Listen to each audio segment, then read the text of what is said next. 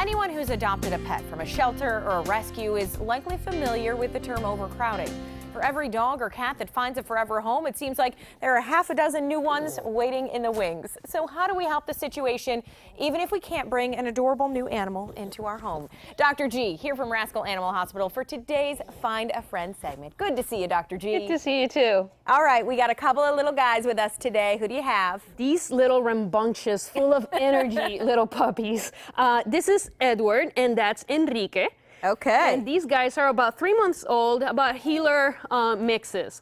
They were rescued by Dash Animal Rescue from Ross County Humane Society. They've been having a problem with overcrowding themselves, so then Dash went ahead and took these guys. I know for sure they have one more sibling. Okay, and so these are, you said the healer? Yes. Okay, so are these good, like, they're herding dogs kind of, yes, right? They are herding dogs, so these are dogs that are going to be very active. They need a house that is going to want to work with them and keep them exercised. Okay. You cannot take a dog that's this active and just train him to be nice and quiet lap dog. Okay. You have to take this dog knowing that he's going to be high activity and that, you know, he's going to be great, but you got to give him what he needs. Give him his attention. Okay, and he's from Dash. Their Facebook page is up on the screen if you want to go there. They have a lot of info, and all the other animals they have are on there too.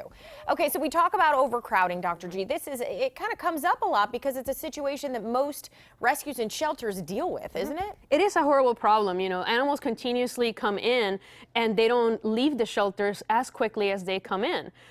So it is a huge problem, and we see it a lot, especially in the veterinary community, because of our Facebook friends and everything else, that people will start posting needs saved, scheduled to be euthanized tomorrow or something like that. And that is pretty horrible to know that, you know, if something doesn't happen, if nobody steps up, those animals are going to end up being euthanized.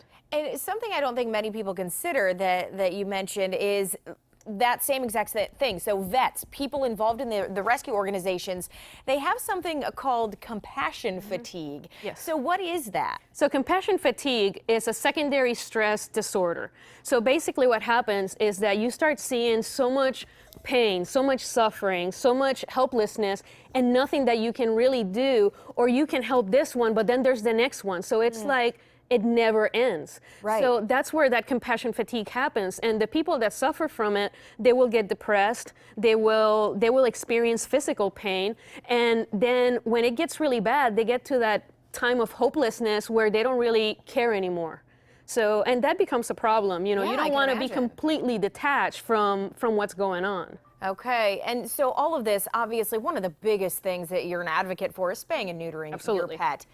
And you guys have a grant which is helping do that. Yeah, the Ohio Pet Plate, which is an amazing program. It's been going on for several years now. It's if you get the pet plate for your car, all the money that goes to the program all directly benefits spay and neuter. So they had awarded Rascal Charities with some money, so we have vouchers that are available to people. And the easiest way to get it is if they go on our Facebook pages, on both the Rascal Animal Hospital and the Rascal Unit pages, it has how you can qualify for it and then how to get the voucher. Because if we can keep these animals from reproducing and keep these litters, unwanted litters, from happening, these dogs are not going to end up in shelters and they're not going to have to be euthanized. So we need to control the problem before they get to the shelter. Right, exactly. Okay, and we're going to show some of the plates. I mean, they're adorable plates.